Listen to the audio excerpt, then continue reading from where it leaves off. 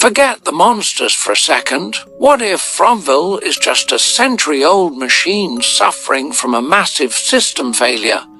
It's not a forest, it's a containment engine grappling with waste management. When Tabitha climbed that tower, she didn't win a spiritual battle, she caused a structural overload. Today we look at why knowledge in this town acts like pressure and why the system is finally starting to rupture. In Fromville, there's an intriguing pattern that has nothing to do with monsters. It's all about timing. Contrary to popular belief, Fromville isn't a mythical forest, but rather a containment engine grappling with a century of ineffective waste management. Every significant destabilizing event follows a familiar rhythm. Someone discovers too much too quickly, and the environment reacts, not emotionally or morally, but mechanically. Here, knowledge doesn't simply act like information, it behaves like pressure.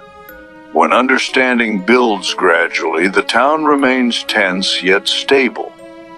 But if insight comes too soon, if someone reaches beyond what the structure can handle, the system pushes back. It's not punishment, it's correction. The saying knowledge comes with a price shouldn't be seen as mystical. Instead, it's more like a structural law. Each revelation shifts the balance. And if that shift exceeds what the system can tolerate, something has to compensate. Tabitha's climb up the tower wasn't a spiritual victory. It sparked turbulence, a storm, and ultimately collapse. The aftermath felt in line with the exposure she faced. This pattern recurs. Attempts to bypass boundaries lead to instability.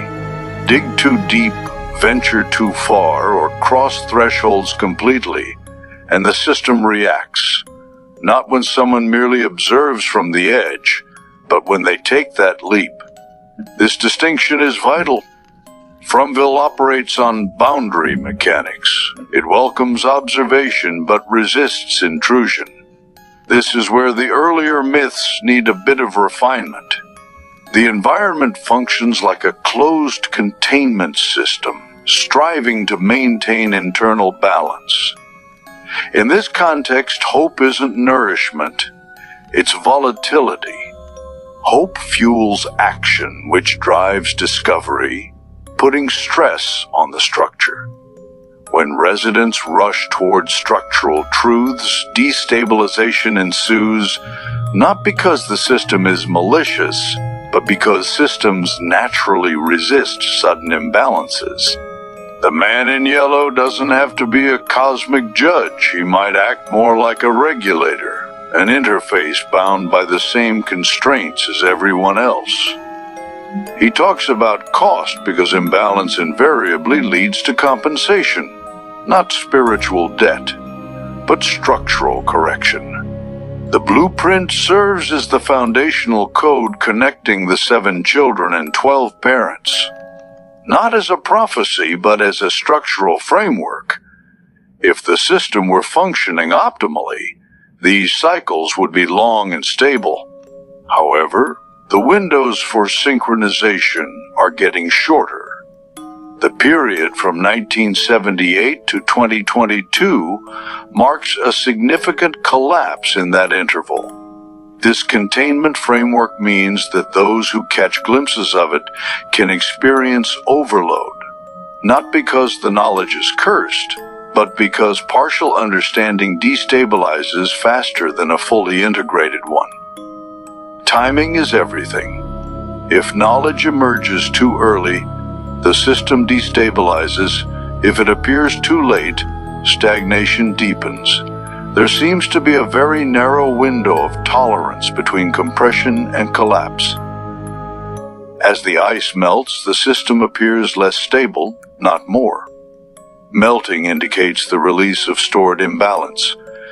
If earlier cycles acted as pressure valves, the current phase might represent either another adjustment or a failure to adapt. Sheds light on the tower. It's not a mythic axis mundi. It functions more like a synchronization structure. During certain historical moments, 1506, 1773, 1978, 2022, the system seems to enter alignment states. These intervals are shortening over time, hinting at escalating instability. This isn't about destiny, it's about degradation. If the environment is indeed a containment field, then tower activations might signify temporary synchronization during these windows, introducing new variables. Pressure redistributes, not resetting, but adjusting. If adjustments are happening more frequently, the system isn't growing stronger, it's compensating more rapidly. The environment persists because the containment is active. It isn't waiting, it's maintaining. The perception of hostility may simply stem from the enforcement of equilibrium. The real danger lies not in malevolence, but in exposure. When a host accumulates too much insight too quickly, destabilization follows. If too many boundaries are crossed in a short span, the need for correction intensifies. When alignment intervals shrink dramatically, structural fatigue becomes apparent. A system under strain isn't about defeating a sentient forest. It's about whether the containment can endure further imbalance. If knowledge continues to accelerate, if boundaries keep thinning, and if synchronization intervals keep collapsing, the result won't be another cycle, it will be structural failure. In a closed system, harmony doesn't arise, it leads to rupture.